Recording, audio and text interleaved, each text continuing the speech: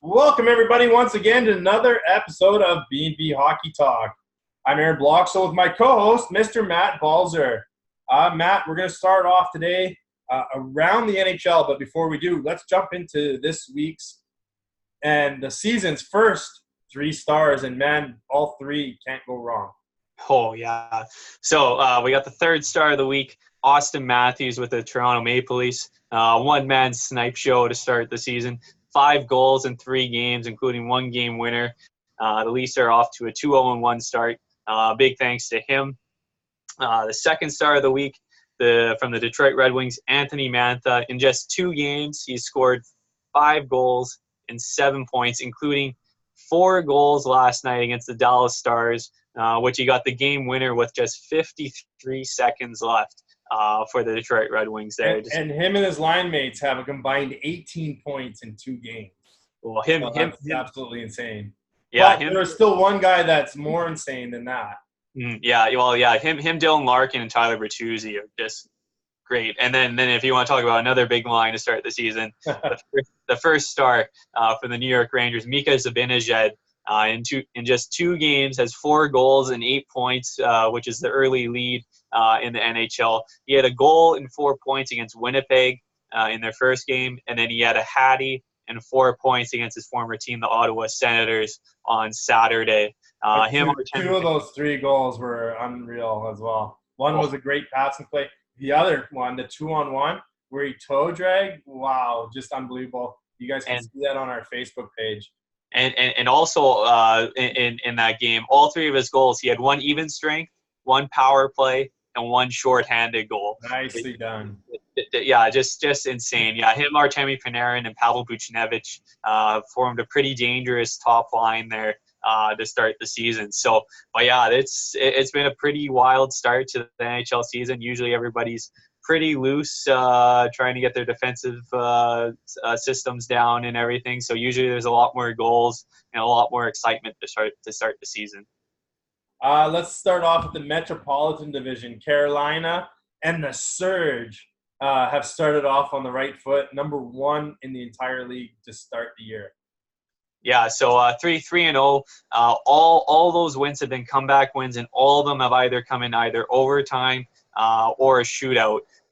Just a crazy start there. It doesn't. Yeah, I thought the big thing was going to be their goaltending to start the season. I wasn't sure how Mrazek or Reimer, how exactly they were going to do, but so far no concerns there in Carolina, and I was so happy to see the Surge for the celebration. But yeah, the Hurricanes look like an absolute wagon to start the season this year.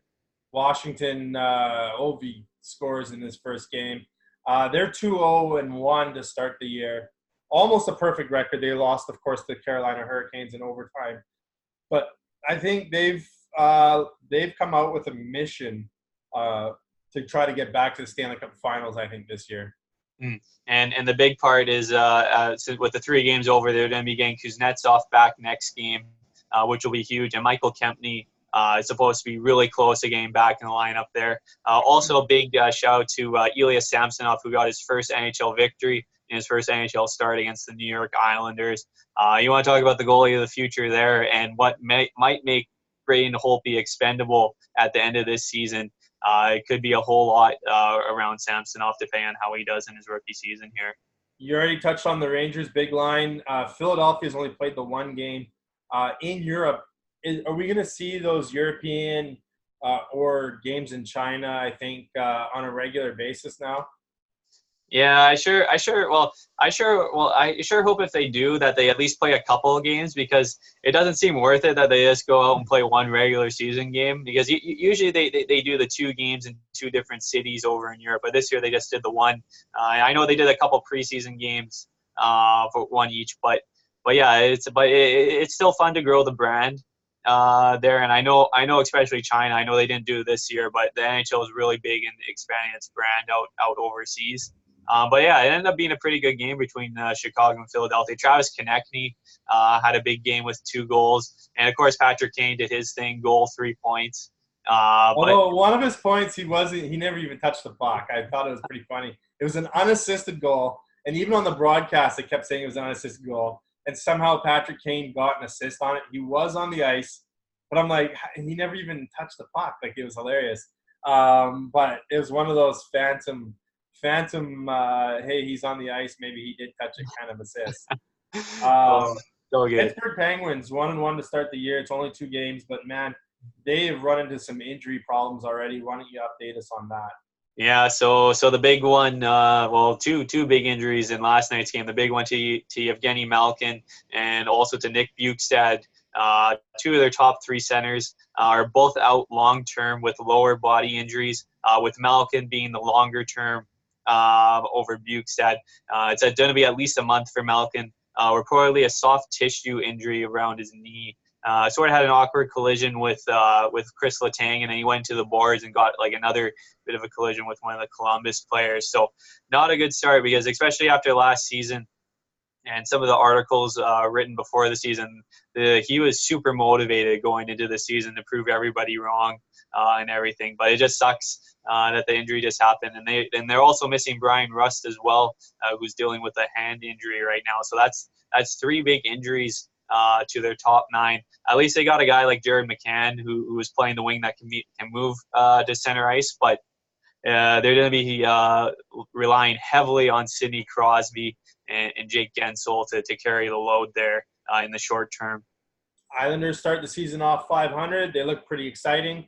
New Jersey 0-1 had a scare in their first game with Schneider.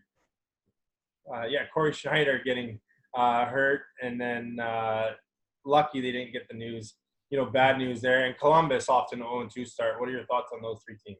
Yeah. So I watched the majority of that New Jersey-Winnipeg game that went into a shootout. Talk about exciting. Like, the one thing that ran through my head, New Jersey and exciting hockey. When is the last time you have has that gone together? But yeah, New Jersey looks really fun to watch so far this year. I know they got blown out by Buffalo the other day, but in that game, PK Subban looked great. He had 3 assists. That one-handed goal by Blake Coleman, like, holy crap! You talk about goal of the year to start the year, and all their big additions. Nikita Gusev had a goal. Jack Hughes looked great, and then you're not even talking about Taylor Hall. But yeah, that big scare to Corey Schneider after he let in the second goal.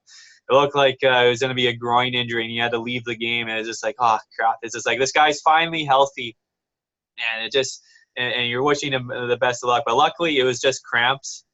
He's got to get that Mark Letestu downing those mustard packs going forward. But luckily, Taylor Hall looked like he got hurt. Any injury update there?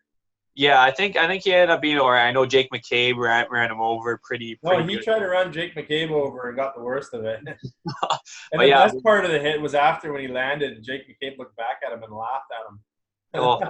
but yeah. Luckily everything looks all right. But yeah, the big thing is what was the goaltending. I'm hoping with Schneider, hopefully he can get back in next game and they can continue on. But yeah, so far they've looked exciting to watch in that one game. And then Columbus. The goaltending issues.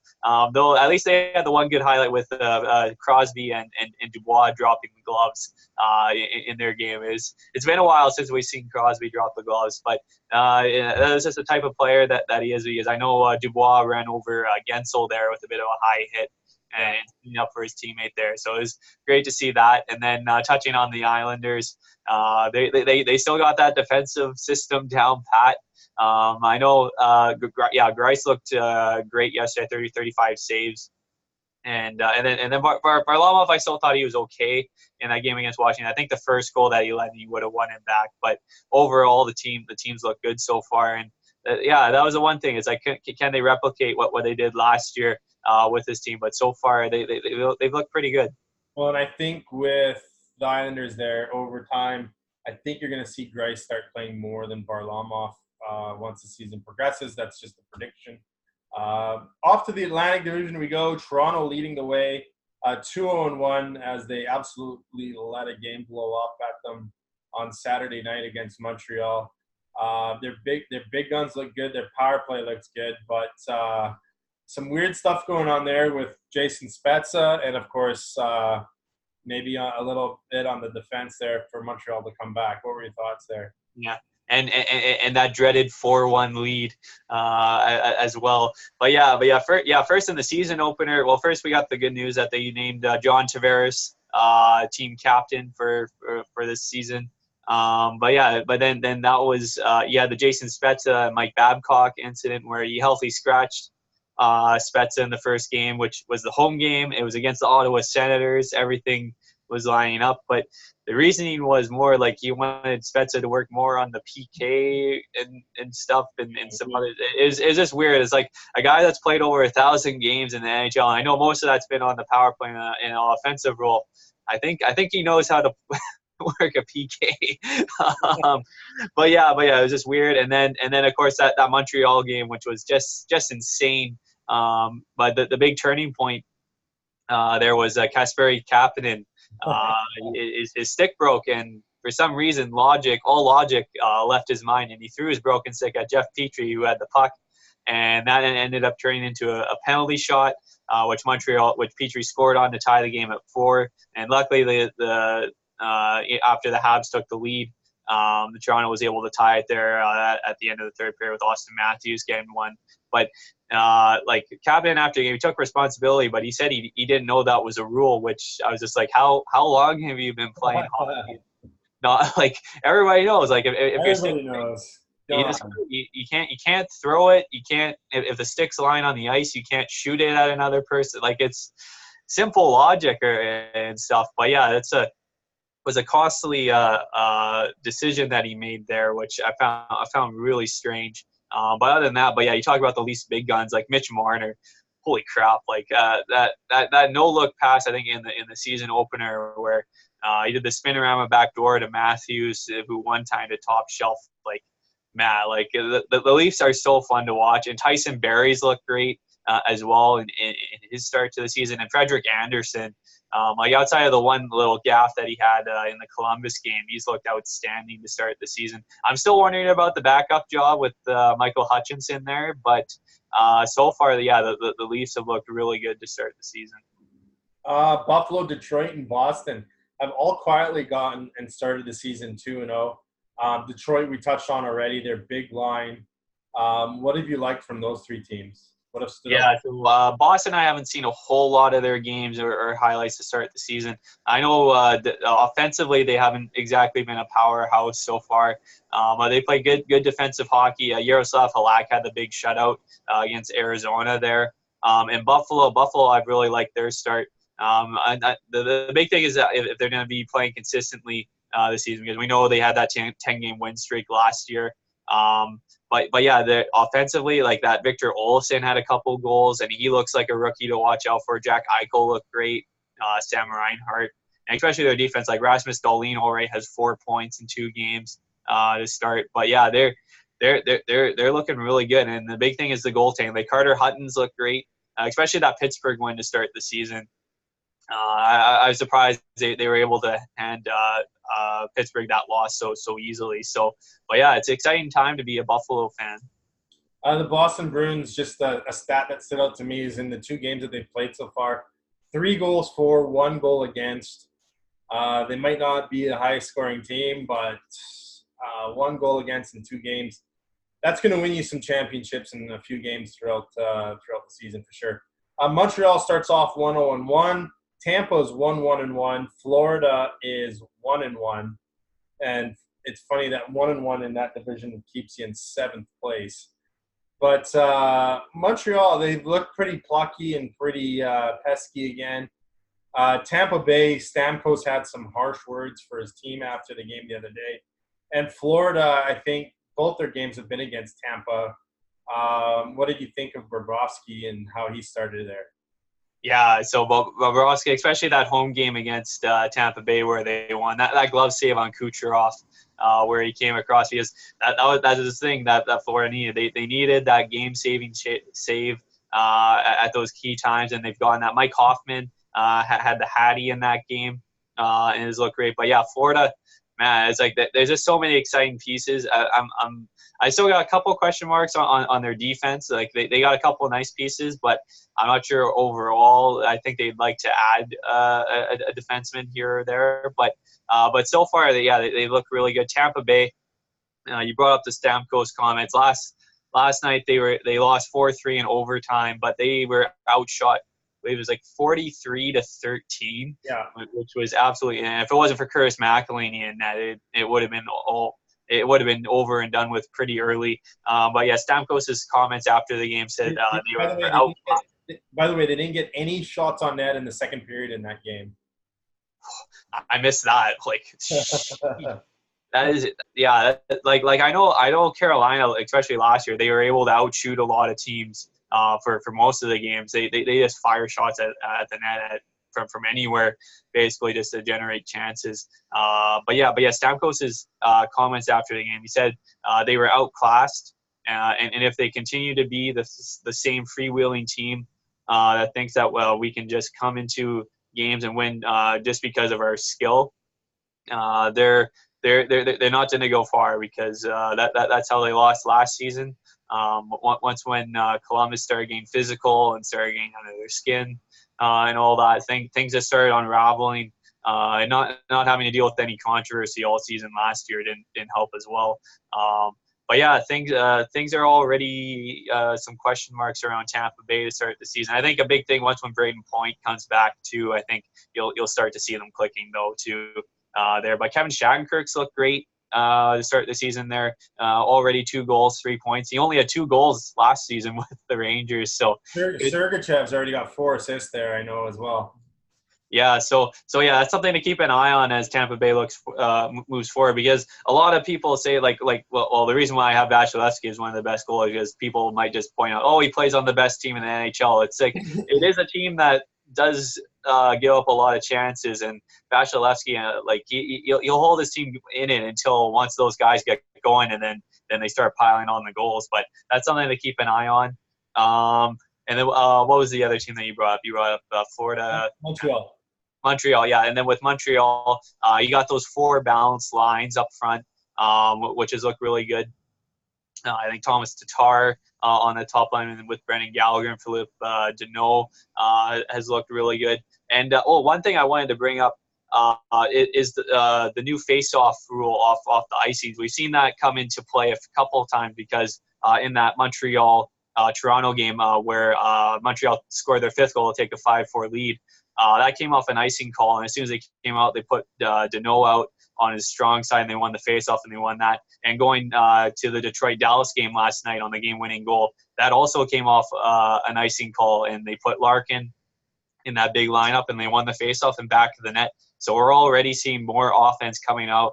That new icing rule with deciding which side you want the face-off on, which I actually find it's just a small rule change, but it's actually looking good so far to start the season. But yeah, Montreal they got that balanced lineup so far to start the season, and it's looked pretty good so far.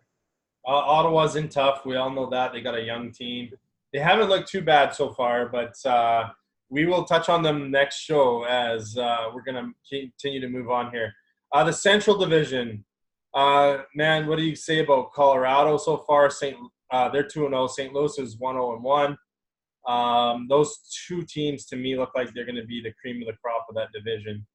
What are your early thoughts with Colorado with the new players they picked up, and St. Louis continuing right where they left off?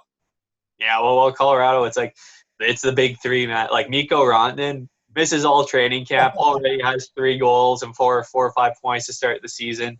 McKinnon's looked great. Grubauer has looked actually really good in net so far, which was a big thing. It says, okay, can he do it from the start of the season to the end of the season? So far, he's looked good.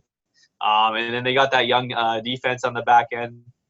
I know he got sent down to the minors today, but a big shout out to Connor Timmins, who actually made the team out of camp after missing all last season with concussion problems. But yeah, they look really strong to start the season. And then of course St. Louis, the big thing there with the signing, they got Braden Shen to an 8-year extension, $52 million, $6.5 million a year.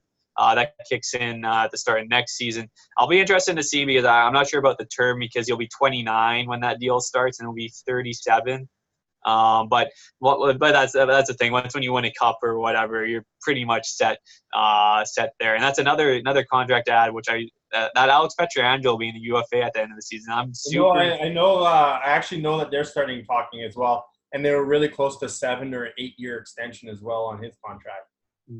But yeah, Pittsburgh, St. Louis. I really like their game. I think they beat Dallas the other night 3-2.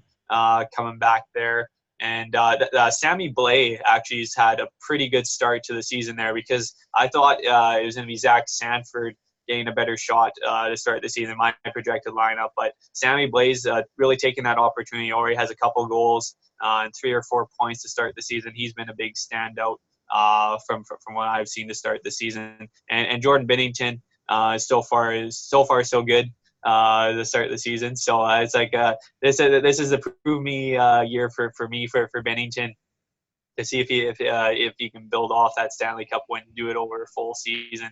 But yeah, St. Louis has looked good. Nashville 1-1 to start the year. Matt Duchene though has 5 assists already.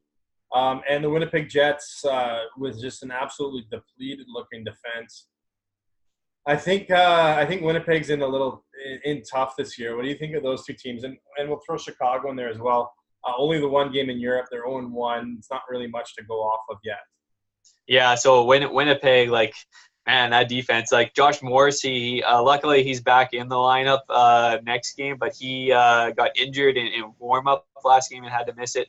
So this was their defense yesterday. Like they had Anthony Bitetto, Tucker Poolman, Neil Pionk, Dmitry Kulov, Billy Hinola, and Carl Dahlstrom as their 6th defenseman. It's just like, you look at that, like, it's like yikes sort of thing. No Morrissey, no Bufflin, no Trouba, no Myers.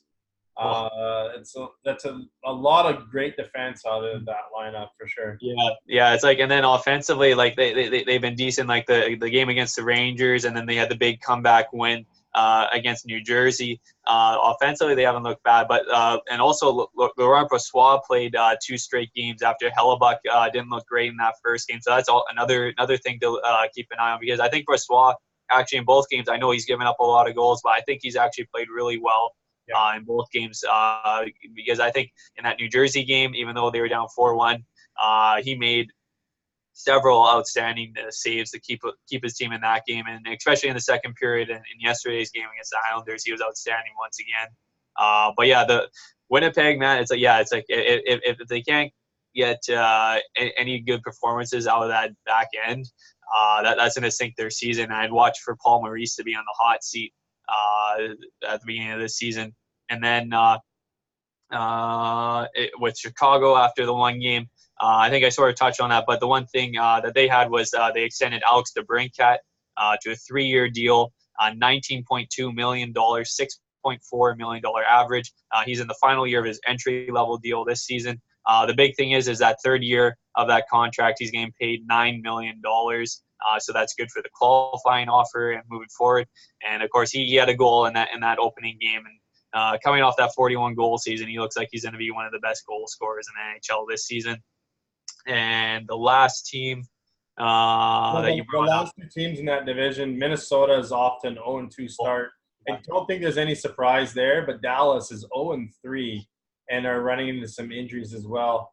I think that's a little bit of a surprise, but that is a tough division to play in. And, you know, as much as Ben Bishop's kind of stood on his head a little bit, Dallas, I think, they're in tight. To start the season. For Minnesota, I haven't watched a whole lot, but then again, there's not a whole lot that I want to watch in Minnesota. But yeah, that's another team. I wonder with Bruce Boudreau, it could be another head coach on the hot seat to start the season. But yeah, with holy crap, mine just went blank. With Dallas. Yeah, with Dallas. So the big thing is that their big guns have been pretty quiet to start the season. I know Sagan had the goal last night, but Jamie Benn, Alexander Radulov, Joe Pavelski have been pretty quiet. Rupe Hintz has actually been the big standout there to start the season. He's got 3 goals to start the year. But those big guns, we saw the criticism that they had last season after their slow start, but that's a big thing, especially last year with with Dallas. They got the outstanding goaltending from Bishop and Kudobin, but getting back-to-back seasons of that type of goaltending is pretty rare usually. There's a bit of a drop-off the following season, but those guys, they got to put the puck in the back of the net for things to get going there. So I think that's the biggest reason why they've been off to that slow start. And then Nashville, getting back to Nashville, I think they'll be fine moving forward. I know that they're 1-1, but yeah, their offense in those four lines in that back end. They're really deep down the middle too. Nick Bonino's their fourth line center. Turris is their third line center. I mean, they are pretty deep. Off to the Pacific Division to wrap up today's show. Vegas, Anaheim, Edmonton all start off the season 2-0. Calgary's 1-0 to start. Actually, I think Calgary's 1-1 to start. But Vegas looks like the big dog in this division, and they are absolutely stacked. Anaheim, with their younger team, I'm surprised that they're starting 2-0. But as long as they keep playing their, within their division, I think John Gibson can steal them some games. And Edmonton, they always have a chance with Connor McDavid and Leon Draisaitl. Mm-hmm. Yeah, so just starting off, with Anaheim, it's just like John Gibson. I think I had him as my number 3 goalie into the season. He stopped 67 of 69 shots in the first 2 games with a .971 save percentage. So you want to talk about difference maker, and as long as he gets the goal scoring support, I think Anaheim will be in every game. And then Arizona has actually been unfortunate to be 0-2 to start the season, because Darcy Kemper has actually been great to start the season, and he also actually got a contract extension with Arizona, a 2-year, $9 million deal, coming at $4.5 million that kicks in next season. And Phil Kessel's looked pretty good, but that Boston game, they had 35 shots on net. They just couldn't solve Yaroslav Halak. And I think this was sort of like what happened last season, I believe, where they were getting all these chances, but they couldn't get any goal support, or they just couldn't put the puck in the back of the net. Arizona had a ton of injuries last year, though, too. So yeah, so there's that. Calgary 1-1. They look pretty good against the Canucks. Though Canucks had a bit of bad luck, but the big line, Johnny Gaudreau, Sean Monahan, and Elias Lindholm looked really good to start the season there. And then the goaltending, David Riddick, I know he had the shutout against the Canucks. I'll still be intrigued to see how they do against more of the big teams in the West, because Colorado has handled them pretty easily in that game. Yeah, LA to start the season is 0-1. Their goaltending looked pretty questionable. They surprised me a little bit that they got some scoring, but they definitely, defensively, that's probably one of the weakest I've seen them look in a long time. Yeah, and then so it's like that. Yeah, because like Jonathan Quick, like a couple of those goals, especially the game-winning goal that James Neal scored, it's just like, yikes! That shouldn't be that slow of a moving puck shouldn't be. It shouldn't sneak under your pad like that. But it's like that's all. Like I think with Tom McClellan behind the bench, they will get more goal scoring this year. But because I wonder if we'll get that goalie controversy, because the way Jack Campbell played last season, he was unbelievable. And I think we will. I think that is going to happen if Quick keeps playing the way he's playing. Yeah, and Edmonton, good for them to start 2-0. I know Mike Smith had a couple playing the puck errors in that game against LA, but talk about the difference makers being your difference makers. Leon Draisaitl in that first game against Canucks played over 26 minutes. The guy was an absolute monster, and then McDavid is doing his thing to start the season. I've really liked Zach Cassian's game to start the season, and of course James Neal had the couple goals against the Kings. They do have a big injury, though, with Adam Larson out 6 to 8 weeks with a fractured fibula. So they'll have to do it sort of by committee to get around that injury, because outside of like Clefbaum and Darnell Nurse, things start to fall down pretty dramatically after that. And then getting to Vegas and San Jose. Vegas, man, like they look one of the best teams in the NHL. They already have 3 shorthanded goals in 2 games. against those Sharks. Fleury's really good at giving away sticks too. Yes, yeah. If you missed it, after the game was sort of getting out of hand in the third period, there was a huge scrum, and while the refs were all sorting everything out, he grabbed one of the San Jose sticks, and with where the camera hole is in the corners there, he gave it to one of the fans, and I think he was asked about it after the game. He's just like, "Oh, I thought it was broken," so, which I thought was funny because I don't think the stick. I think there was no problem with it, but yeah, it was absolutely hilarious. He was so close to a shutout in that game too. But yeah, he played in his 800th career game in that second game against San Jose. But yeah, Vegas, like Mark Stone, Pacioretty, and Cody Glass is centering that line, and then that top line of Carlson, Smith, and Marcia. So they're doing it on the PK, on the power play at evens. They look really good. They do have one big injury as Nate Schmidt is out week to week with after he took a knee-on-knee hit with Logan Couture.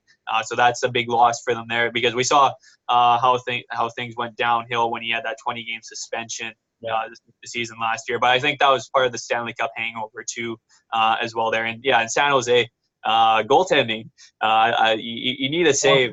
To wrap up the Pacific, the Canucks are 0-2. Yeah. They 0-3, but they do get Evander Kane, and I believe Erik Karlsson will be back as well after giving birth to him and his wife gave birth to their child. So he's missed a few games there. Will San Jose bounce back? And I think we both know Vancouver will bounce back. But what are your thoughts on there? And I know Vancouver also made a trade with Detroit. Yeah. So San Jose, Martin Jones continues to be a sieve. He just does not. You really think, Matt? He just does not look good because last year San Jose's offense was just so good that it made up for all those goals that Jones gave up. But with all those guys that they lost in free agency, and they got so many young rookies in the lineup, I'm just not sure how far they're going to get. Like, I know they got the big guns, so like they're going to win their games. But if they can't get a save from Martin Jones this season, they're not going to be as good. They might be sort of like in that Winnipeg thing where they got some really good players, but they might sort of just be like right in the middle there in that wild card spot. And then with their depth has really been tested. Like there's a lot of no-name players on that roster, and to see Kevin Labanc with his small contract start with no points in the first 3 games, you got to kind of feel for the guy. Mm-hmm. And then getting Erik Karlsson, and then Evander Kane, that was huge, especially with the Vegas San Jose rivalry. It sort of sucks that they didn't get to play in those games, and I still don't think he really should have been suspended or at least that long. But that's Ryan Reeves, I'm sure. So and then Vancouver. We'll get more into it on our Canuck talk on Wednesday. 0-2 start. I thought they were all right against Edmonton. And then Calgary, just because of my own hockey game, I only saw the first period, and then everything else was on the highlights. Big thing, though, is that as much as I want to criticize the bottom 6 in that first game and all that, the big guns have to produce. The power play has to get going.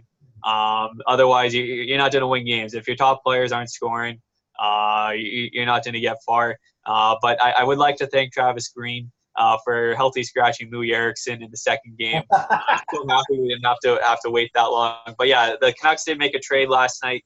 They sent Alex Biega to Detroit for prospect David Pope.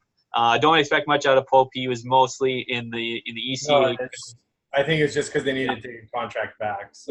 Yeah. So Biega with all the younger guys that the Canucks have in the minors, with Utica, with all those young defensemen, there just wasn't really any room. And there's so many veterans down there already. With we're not even counting Goldobin and Berchi that are down there right now.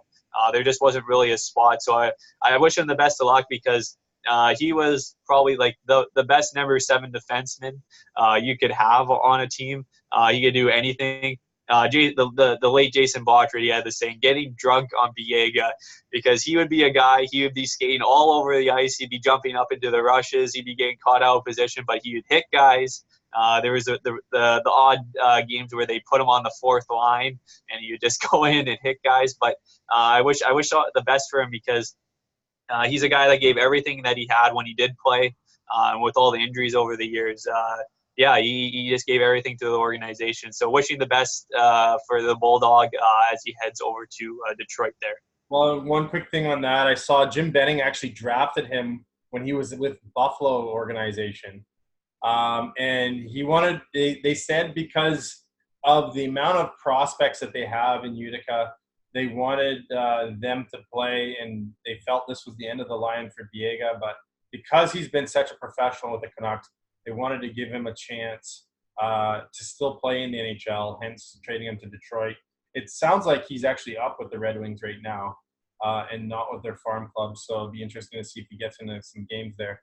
But yeah, that's the end of the road for the Bulldog in Vancouver. I hope him the very best because he is a great character guy to have on your team. So remember to like and subscribe on our Facebook page or YouTube channel. We thank you for listening to our first around the NHL segment of this season. And like Matt said, we'll be here Wednesday night with our Vancouver Canuck talk. And we look forward to seeing you guys there, and continue to follow us on Facebook for all the highlights, and Matt's got you covered there. So thanks again, and we'll see you guys Wednesday.